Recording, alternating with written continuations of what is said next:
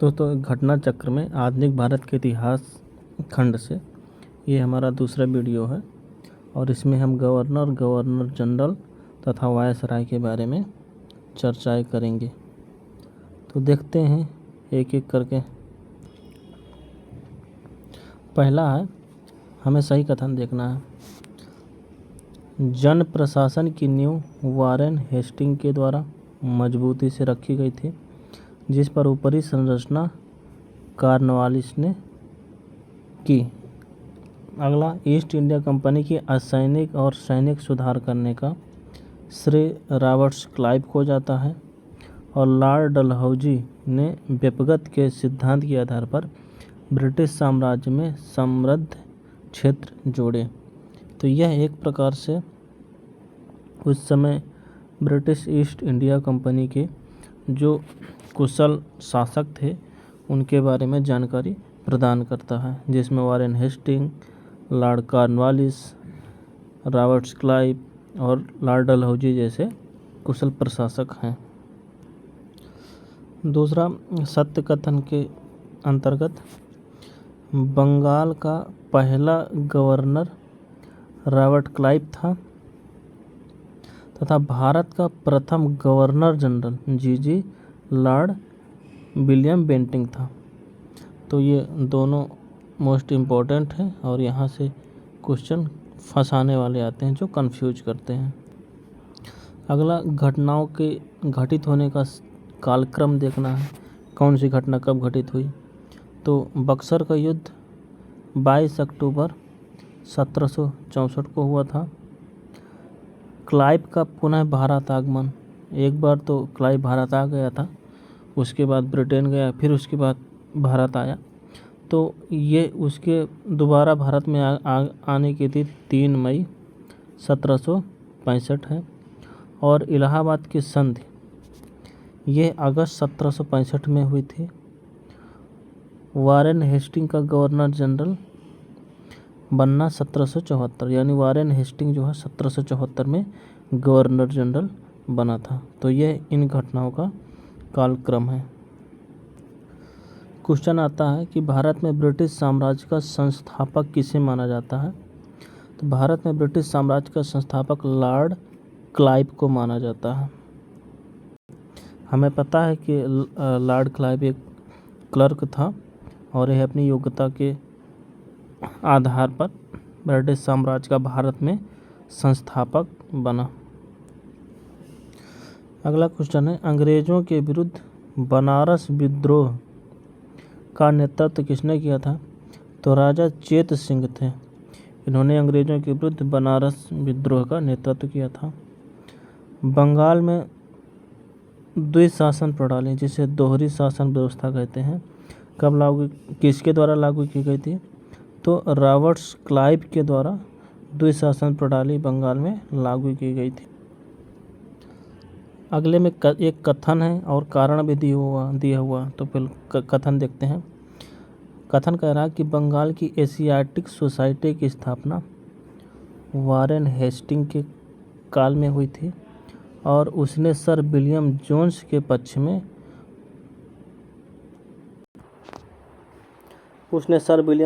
पक्ष में संस्था की अध्यक्षता का प्रस्ताव अस्वीकार कर दिया था। तो कथन सही है। अब कारण देखते हैं। कारण क्या है। वारेन हेस्टिंग स्वयं एक विद्वान था तथा प्रास का मतलब है पूर्वी शिक्षा, जिसमें संस्कृत, फारसी और अरबी के अध्ययन को प्रोत्साहित करता था। तो कारण भी सही है, कथन और कारण दोनों सही हैं और कारण कथन की व्याख्या भी कर रहा है।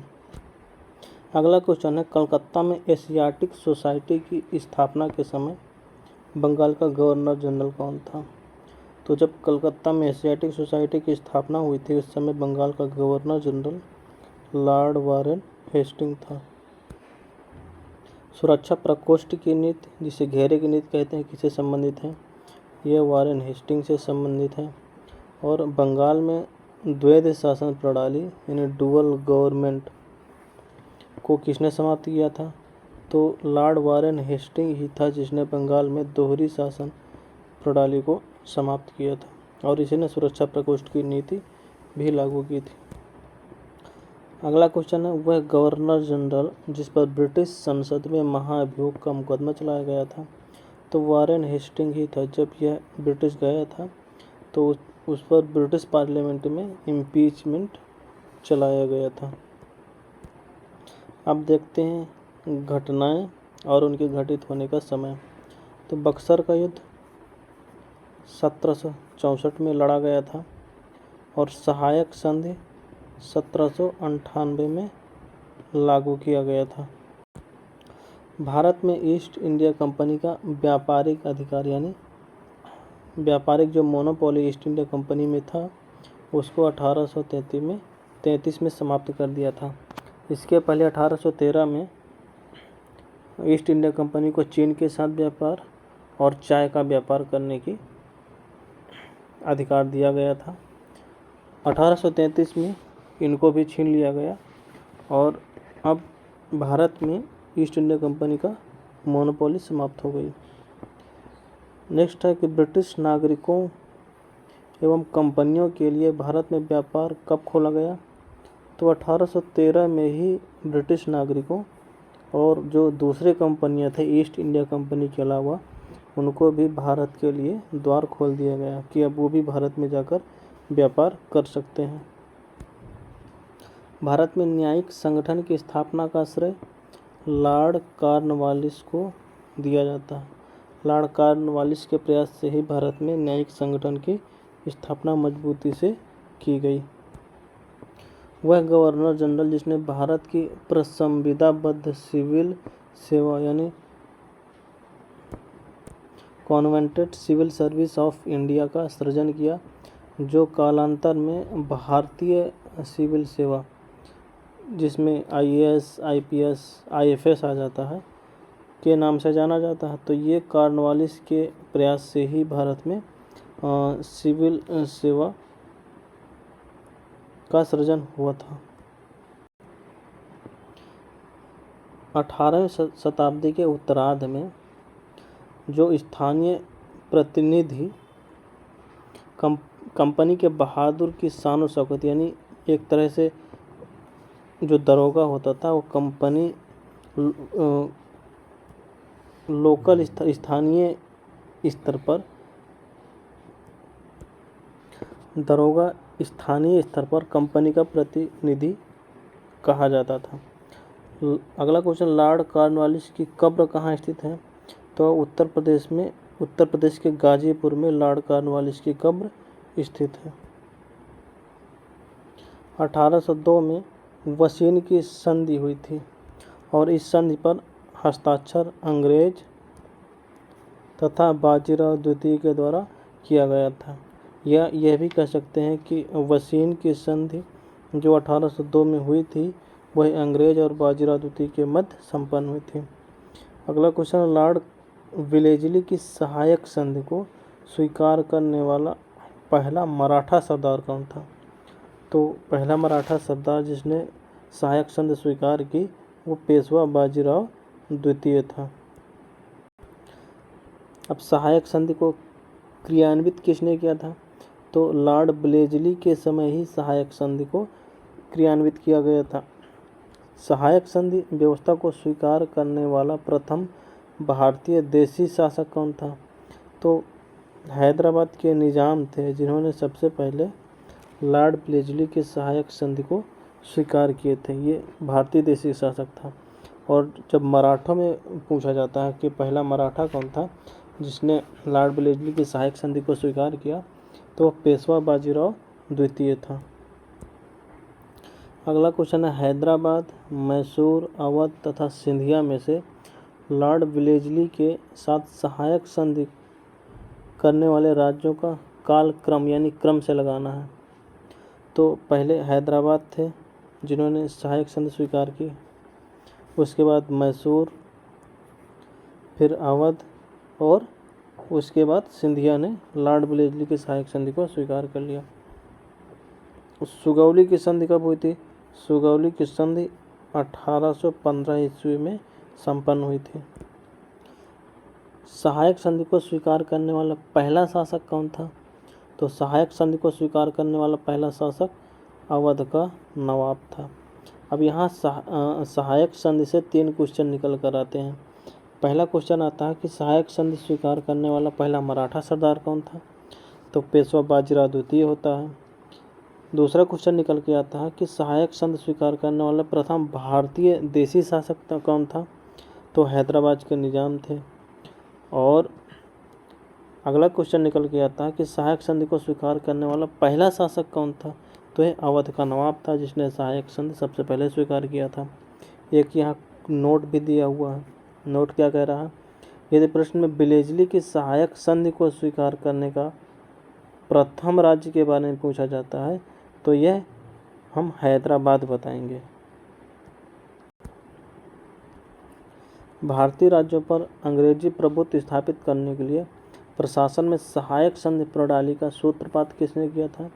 तो लॉर्ड बिलेजली ही इसका सूत्रपात किया था सहायक संधि का।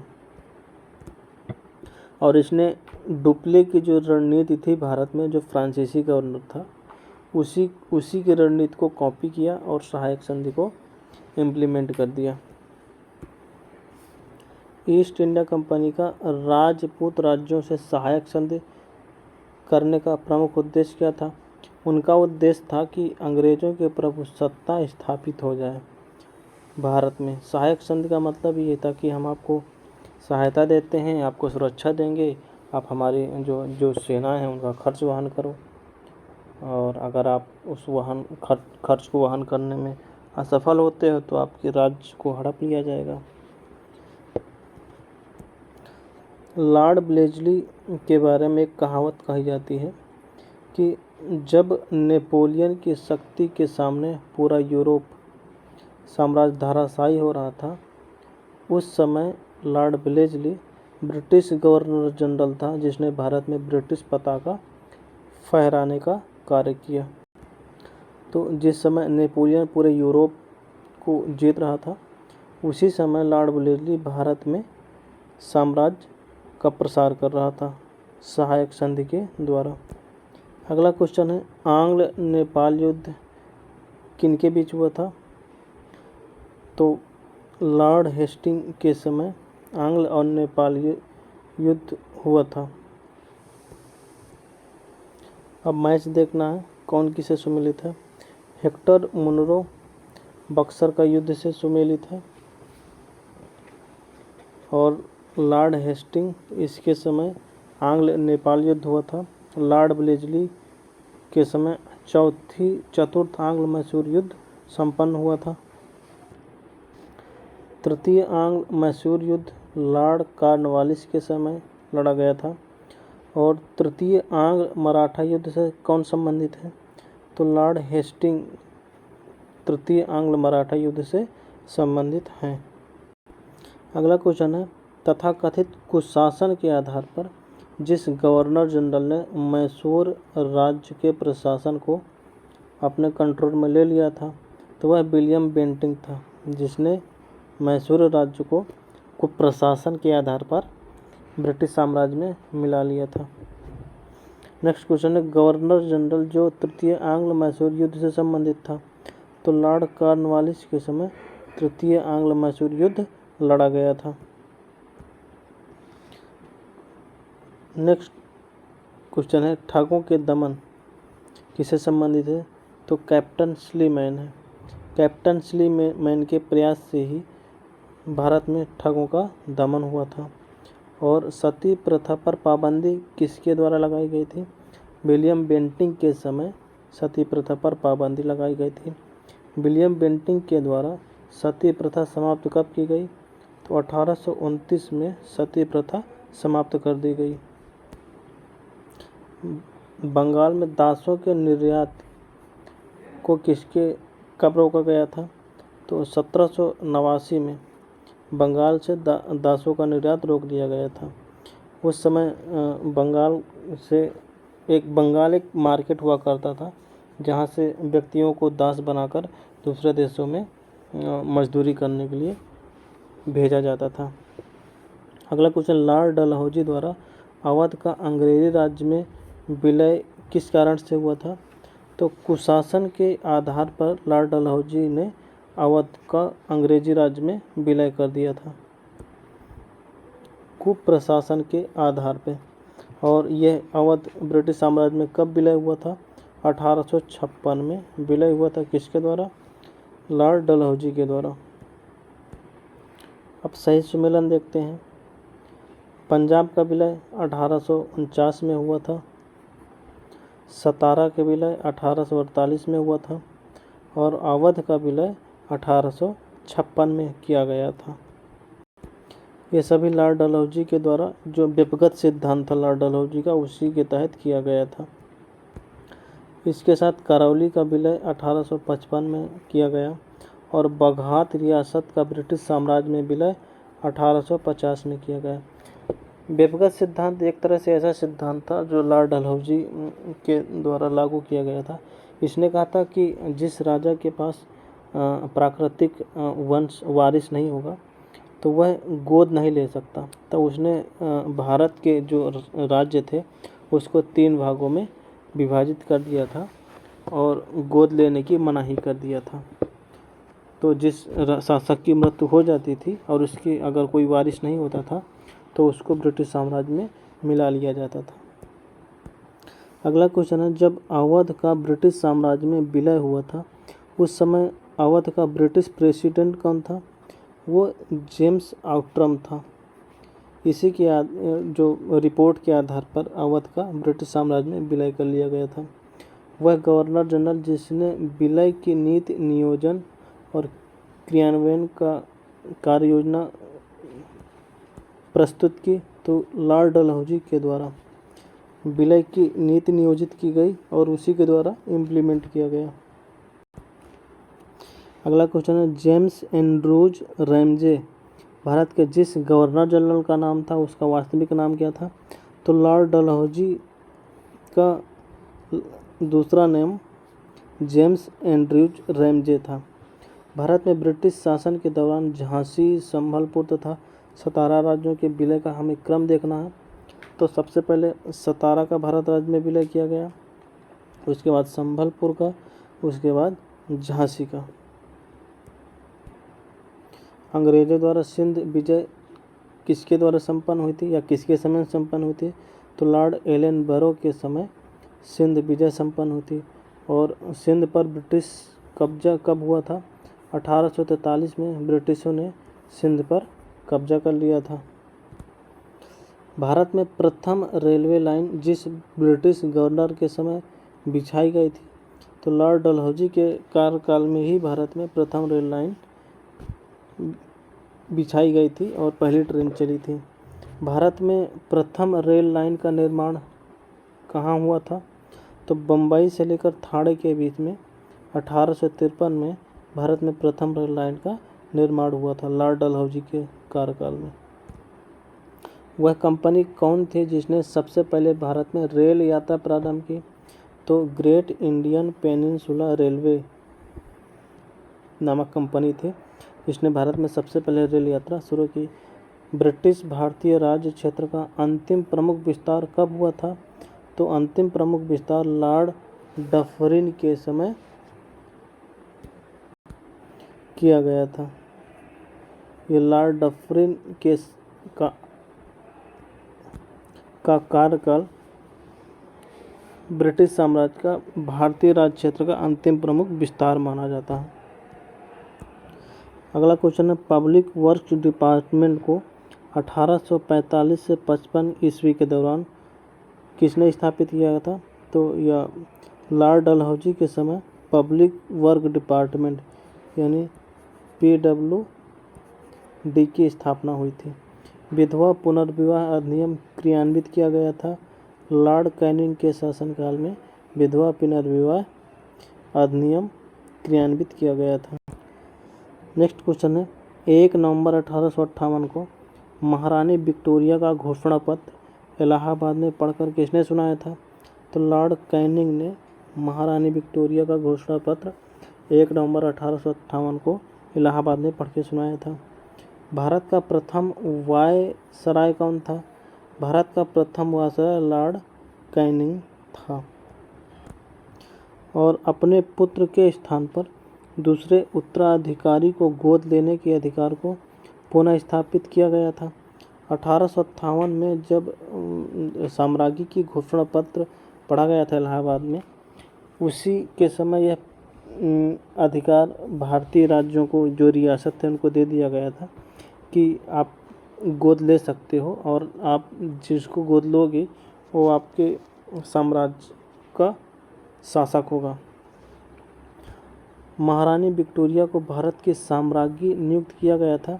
1877 में महारानी विक्टोरिया को भारत का साम्राज्ञी घोषित कर दिया गया था, नियुक्त कर दिया गया था। वह गवर्नर जनरल जिसने भारत में दास प्रथा को समाप्त किया। लॉर्ड एलन बलो के समय भारत से दास प्रथा समाप्त हो गया था। सही सुमेलन देखना है। लॉर्ड कॉर्नवालिस ने स्थायी बंदोबस्त लागू किया था। लॉर्ड ब्लेजली के द्वारा सहायक संधि लागू की गई थी। लॉर्ड डलहौजी के द्वारा व्यपगत का सिद्धांत लागू किया गया था। लॉर्ड कैनिंग के समय 1857 का विद्रोह हुआ था। लॉर्ड हेस्टिंग, इसके समय तृतीय आंग्ल मराठा युद्ध हुआ था। लॉर्ड विलियम बेंटिंग, इसके समय 1829 ईस्वी का 17वां रेगुलेशन पारित किया गया था। और स्थायी बंदोबस्त लॉर्ड कॉर्नवालिस के शासनकाल में लागू की गई थी। स्थायी बंदोबस्त एक प्रकार से भू राजस्व प्रणाली थी जिसे लॉर्ड कॉर्नवालिस के शासनकाल में प्रारंभ किया गया था। भारत में पेशवाई को कब समाप्त किया गया था? पेशवाई को 1818 में समाप्त कर दिया गया था। सही सुमेलन देखना है। सर जॉन सॉर के समय निष्क्रियता का सिद्धांत लागू किया गया। लॉर्ड एलनबरो के समय सिंध का विलय ब्रिटिश साम्राज्य में किया गया और लॉर्ड डलहौजी के समय अवध का विलय ब्रिटिश साम्राज्य में किया गया। लॉर्ड ब्लेजली के समय चतुर्थ आंग्ल मैसूर युद्ध हुआ था और लॉर्ड डलहौजी के समय अवध का विलय किया गया था। लॉर्ड डफरिन के समय भारतीय राष्ट्रीय कांग्रेस की स्थापना की गई थी। विलियम बेंटिंग के समय चार्टर एक्ट 1833 का पारित किया जाना था और इसी चार्टर एक्ट के द्वारा ही जो ईस्ट इंडिया कंपनी था उसमें भारतीय व्यापार में मोनोपोली पूर्ण रूप से समाप्त कर दिया गया था। लॉर्ड लिटन के समय द्वितीय आंग्ल अफगान युद्ध प्रारंभ हो चुका था। राजपूताना की देशी रियासतों के साथ 1817 से 18 की अधीनस्थ संधि की बातचीत चार्ल्स मेटकाफ के द्वारा की गई थी। चार्ल्स मेटकाफ ने राजपूताना की देशी रियासतों के साथ 1817 से 18 के बीच में अधीनस्थ संधि की बात की गई थी और इसी के समय राजपूत अब ब्रिटिश साम्राज्य के अधीन हो चुके थे। इसमें मराठा साम्राज्य भी आता था। वह गवर्नर जनरल जो चतुराईपूर्ण निष्क्रियता की नीति के साथ जुड़ा था, जॉन लॉरेंस, यह चतुराईपूर्ण निष्क्रियता की नीति से जुड़ा था। भारत में अंग्रेजों के समय प्रथम जनगणना हुई थी। लॉर्ड मेयो के कार्यकाल में प्रथम जनगणना हुई थी।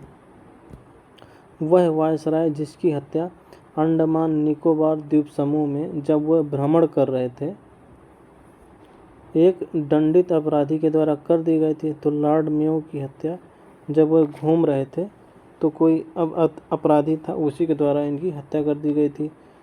और भारत में जो है प्रथम जनगणना लॉर्ड मेयो के समय ही की गई थी। अफगानिस्तान के प्रति एक जोश भरी जिसे फॉरवर्ड पॉलिसी कहते हैं का अनुसरण किसने किया था?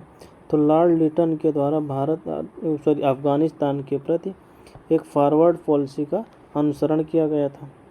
भारत का वह वायसराय जो सबसे अधिक समय तक रहा, तो पहला वायसराय लॉर्ड लिथगो था और दूसरा लॉर्ड कर्जन, जो सबसे अधिक समय तक यानी दीर्घकाल तक भारत का वायसराय बना रहा। पहला लॉर्ड लिथगो है और दूसरे नंबर पे लॉर्ड कर्जन है।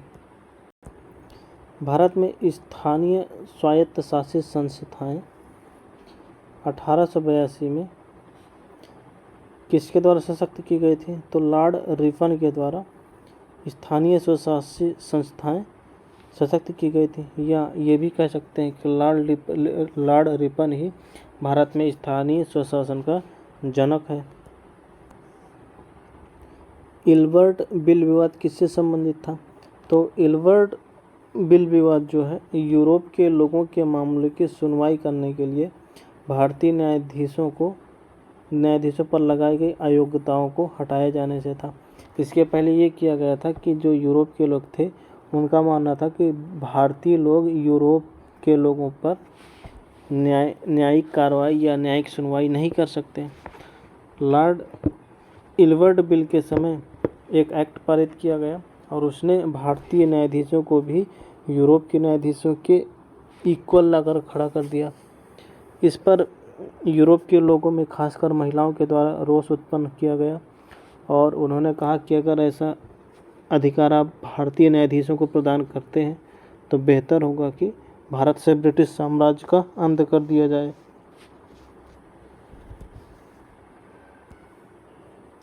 महिलाओं तथा बच्चों की कार्य अवधि के घंटों को सीमित करने तथा स्थानीय शासन को आवश्यक नियम बनाने के लिए प्राधिकृत करने के लिए प्रथम फैक्ट्री अधिनियम का अधिग्रहण किया गया था।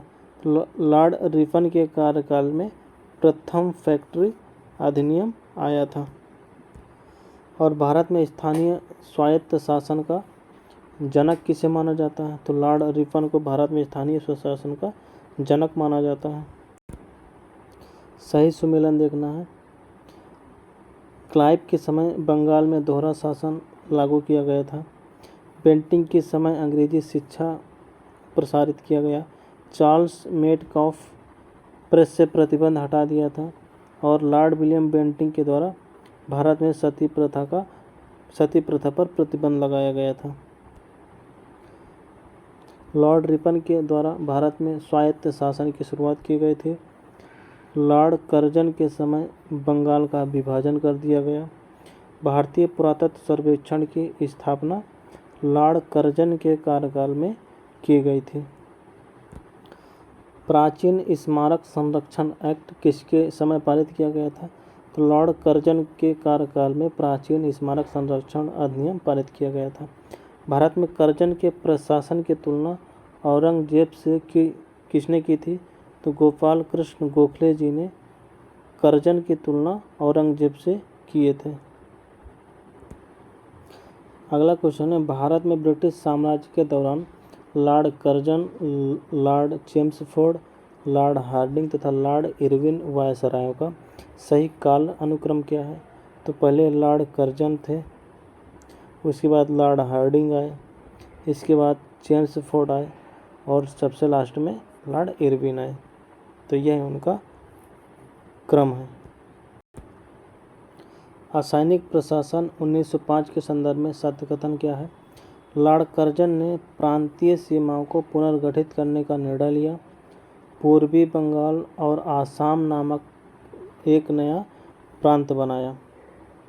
दूसरा, फूट डालो और राज्य करों की रणनीति किसके द्वारा अपनाई गई थी? तो लॉर्ड कर्जन और लॉर्ड मिंटो के द्वारा भारत में फूट डालो और राज करो की नीति अपनाई गई थी। लॉर्ड कर्जन का एक वक्तव्य है जो फेमस है। इसने कहा था कि मुझे विश्वास है कि कांग्रेस अपने विनाश की तरफ बढ़ रही है और मेरी यह हार्दिक इच्छा है कि भारत में रहते हुए मैं इसके शांति प्रिय निधन के लिए इसका सहायक बन सकूं। इसका मतलब ये था कि लॉर्ड कर्जन ने कहा था कि कांग्रेस अपने विनाश की प्रगति की ओर है और भारत में जब तक मैं हूं तो मेरी इच्छा यही है कि मैं इसके शांतिपूर्ण विनाश में इसकी सहायता कर सकूं। वह गवर्नर जनरल जिसने सबसे पहले पृथक निर्वाचन मंडल की व्यवस्था की और साथ ही मुसलमानों को जीतने व उन्हें कांग्रेस के विरुद्ध लड़ने के लिए इस्तेमाल किया। तो लॉर्ड मिंटो के समय भारत में पृथक निर्वाचक मंडल की व्यवस्था की गई और इसी ने मुसलमानों को कांग्रेस के विरुद्ध एक हथियार की तरह इस्तेमाल करना शुरू किया। लॉर्ड रीडिंग भारत का एकमात्र यहूदी वायसराय था। तो सही सम्मेलन देखना है। Pitt's India Act Warren Hasting के समय, डॉक्ट्रिन ऑफ लैप्स ये डलहौजी के समय, वर्नाकुलर प्रेस एक्ट लीटन के समय और इलवर्ड बिल रिपन के समय लाया गया था। साथ ही ठगी का दमन विलियम बेंटिंग के द्वारा किया गया और रिंग फेंस की नीति, जिसे घेरे की नीति कहते हैं, यह वारेन हेस्टिंग के समय लाया गया था। अगला क्वेश्चन है, ब्रिटिश भारत की राजधानी का कलकत्ता से दिल्ली स्थानांतरण किसके द्वारा क्रियान्वित किया गया था? तो लॉर्ड हार्डिंग के कार्यकाल में भारत की राजधानी कलकत्ता से दिल्ली स्थानांतरित की गई। सही सम्मेलन देखना है। चूक का सिद्धांत या हड़प का सिद्धांत डलहौजी के समय लाया गया था। लॉर्ड कर्जन ने बंगाल का विभाजन किया। क्लाइव के द्वारा बंगाल में दोहरे शासन की व्यवस्था की गई और सामाजिक सुधार विलियम बेंटिंग के समय किए गए थे। और इस टॉपिक का अंतिम क्वेश्चन है, वह वायसराय जिसके कार्यकाल में भारतीयों को राय बहादुर और खान बहादुर की उपाधियां प्रदान करना आरंभ किया गया था। तो लॉर्ड कैनिंग के कार्यकाल में भारतीयों को राय बहादुर और खान बहादुर जैसी उपाधियां प्रदान करना शुरू किया गया था। जब भारतीय संविधान लागू हुआ स्वतंत्रता के बाद, तो आर्टिकल 18 के तहत उपाधियों का अंत कर दिया गया है। अब इस तरह की कोई भी उपाधि नहीं दी जा सकती सिवाय शिक्षा और सैनिक उपाधियों के। तो यहाँ से हमारा गवर्नर और गवर्नर जनरल वायसराय का चैप्टर ख़त्म होता है। मिलते हैं अगले चैप्टर में।